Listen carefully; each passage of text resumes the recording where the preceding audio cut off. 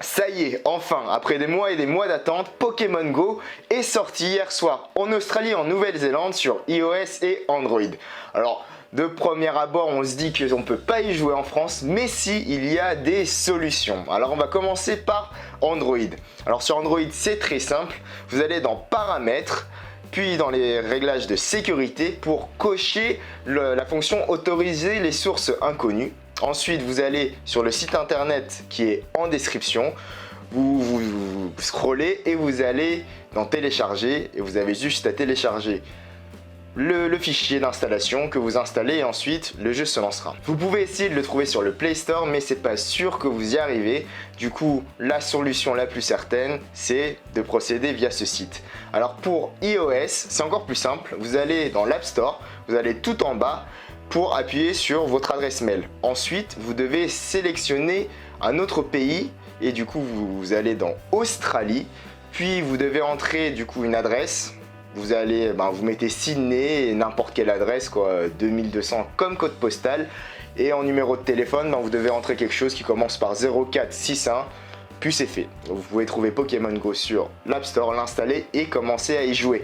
Voilà, maintenant vous savez comment l'installer. Juste après le générique, on va voir les premières fonctionnalités du jeu. A tout de suite.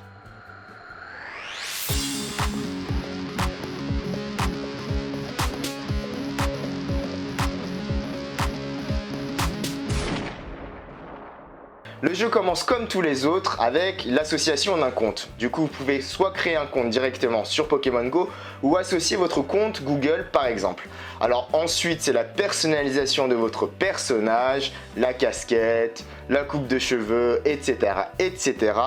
Et le professeur Saul va ensuite vous donner les premières instructions et les premières fonctionnalités du jeu pour pouvoir ensuite capturer votre premier Pokémon. C'est comme dans le tout premier Pokémon il y a 10-15 ans, donc vous choisissez entre Bulbizarre, Salamèche et l'autre là, j'ai oublié.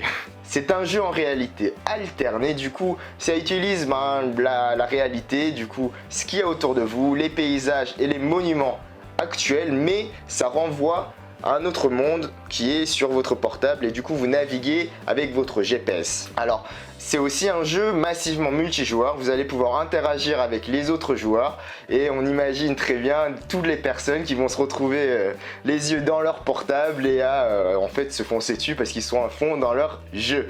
Alors ça ressemble un peu à Ingress, je sais pas si vous en avez entendu parler, c'était un jeu qui était sorti il y a quelques années et qui a été conçu par Google et du coup c'est un peu le même genre. Vous allez donc pouvoir naviguer dans les rues pour capturer des Pokémon qui peuvent apparaître aussi d'un coup, donc ça va être des Pokémon sauvages et aussi aller vers les Pokéstop, c'est des endroits en fait qui vont vous permettre d'avoir des bonus, des objets supplémentaires. Si vous voulez, vous pouvez aussi payer, vous allez dans la boutique et là vous allez voir que vous pouvez acheter plusieurs choses, des Pokéballs, mais aussi d'autres objets qui vont vous permettre d'augmenter vos chances de rencontrer des Pokémon plus rares. Alors ça coûte un certain prix, par exemple pour l'achat de 8 lures ça vous coûtera 5 €. Donc vous allez pouvoir naviguer, collectionner les Pokémon et vous amuser. Amusez-vous bien et partez à la chasse aux Pokémon. Voilà, c'est fini pour cette vidéo, j'espère que ça vous aura plu.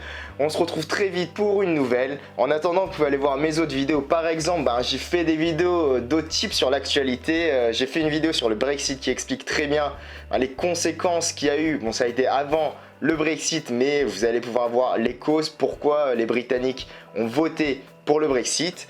Sinon, ma dernière vidéo, ça concerne l'Euro de football. Demain, il y a la France qui va jouer contre l'Allemagne en demi-finale de l'Euro. L'analyse et le pronostic de ce match en moins de 3 minutes, c'est ici.